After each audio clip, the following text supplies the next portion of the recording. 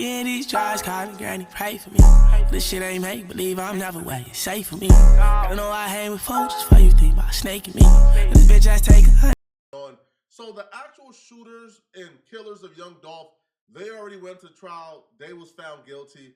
Now the mastermind, Hernandez Govain, who's the connection between CMG and the killers, he's currently on trial. Now, during this trial, we see not only is the prosecution pointing to CMG and Yo Gotti's big brother, Big Jook, being the one who paid for the hit, but you also see the defense is pointing a finger at Big Jook, CMG, and they even named Yo Gotti by name.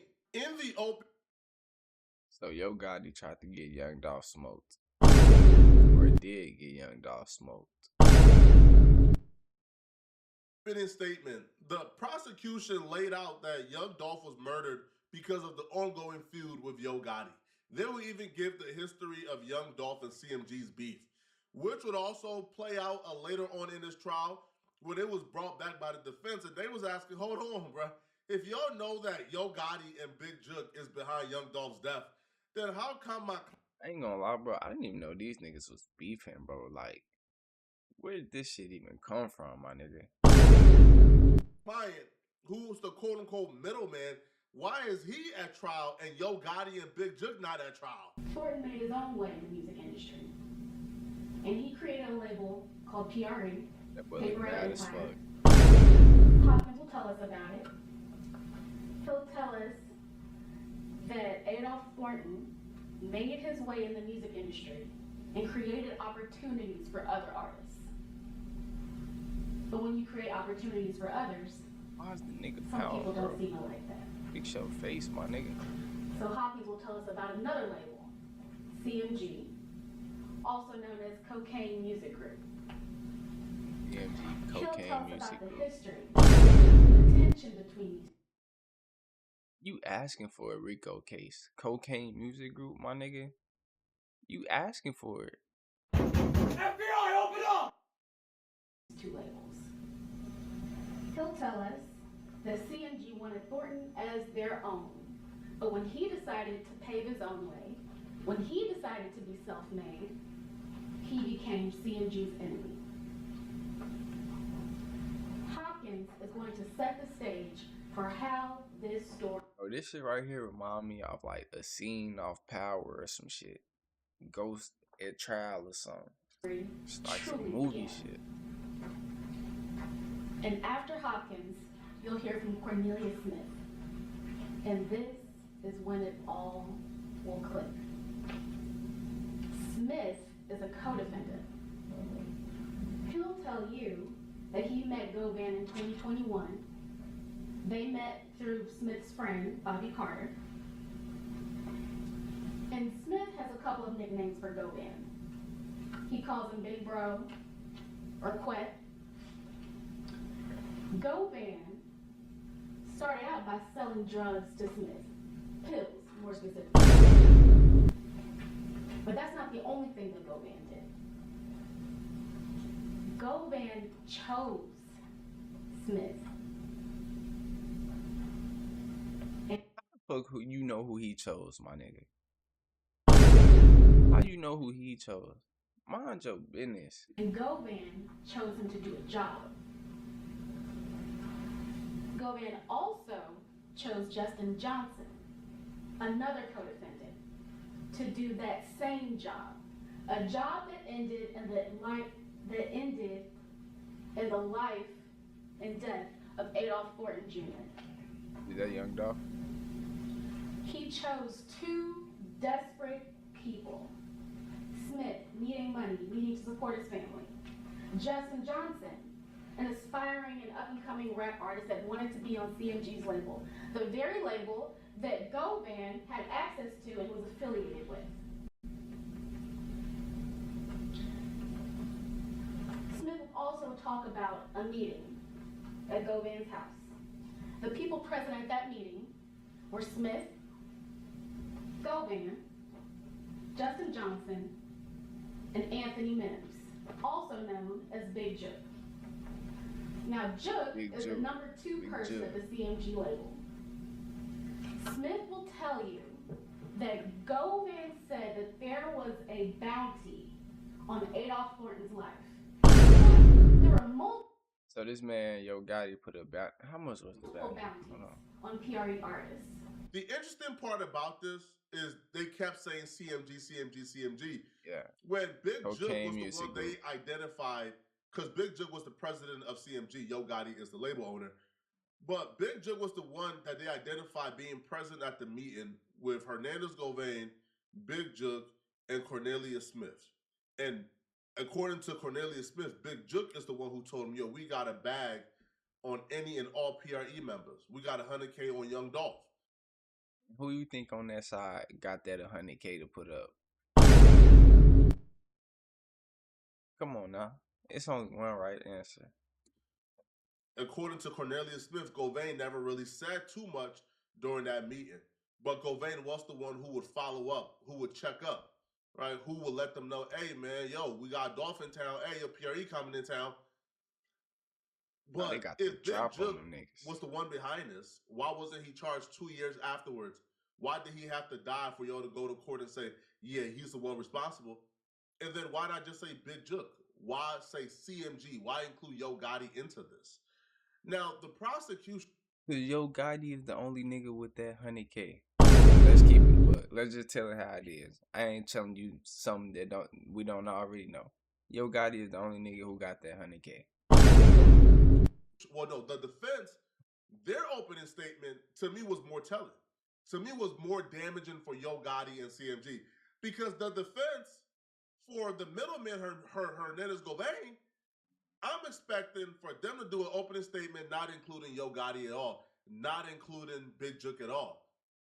I expected the defense to essentially target the credibility of Cornelius Smith, because Hernandez Govain so far hasn't snitched yet. He hasn't cooperated yet.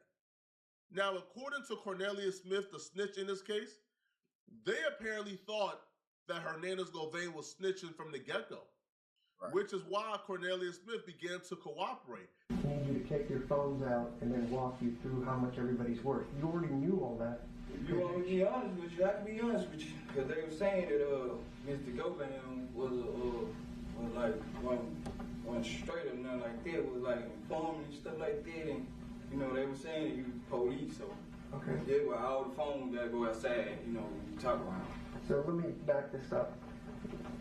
You were told at the meeting that Mr. You don't got that face in the camera. You know what that means.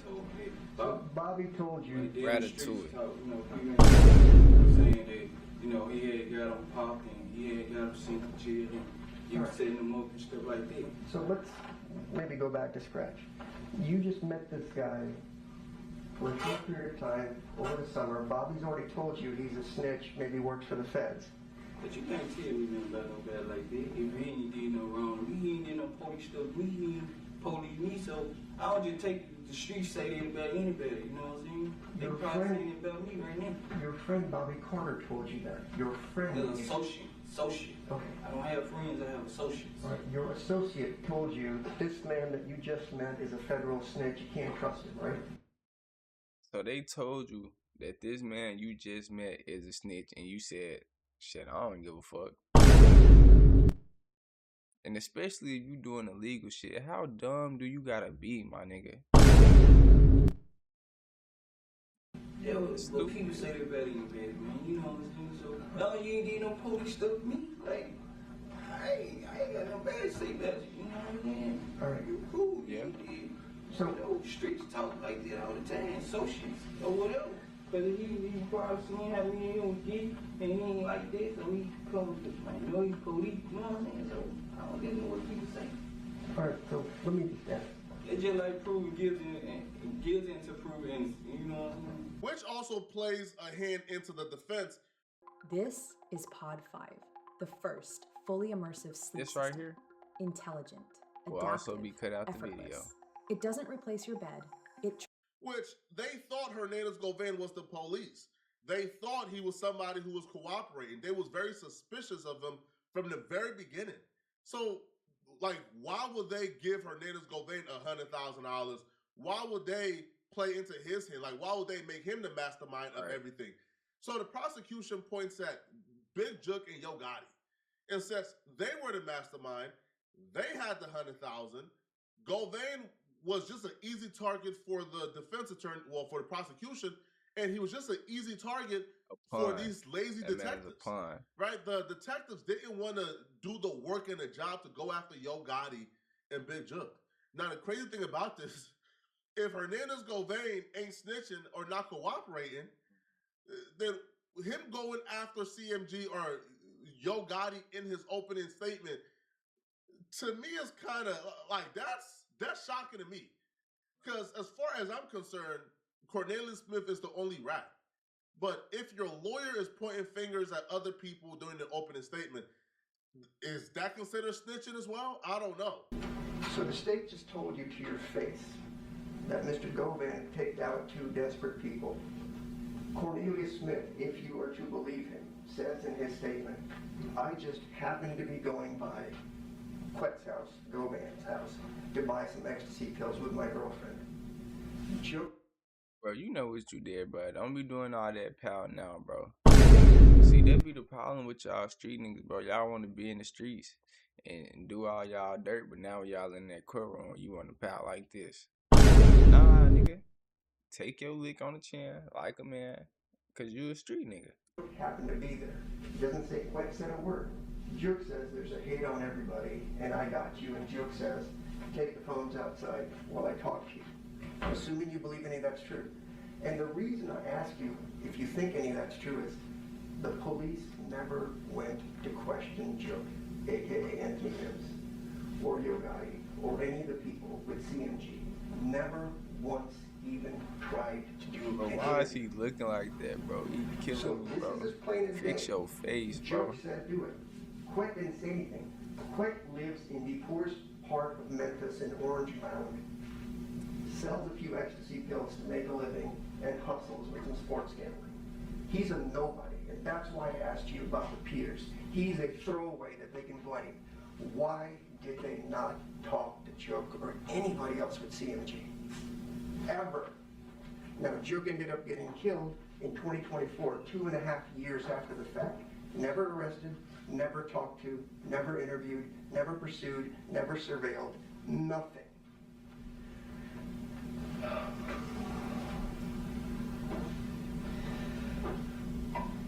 The judge also told you, when you assess credibility, you need to look at how well you remember this thing.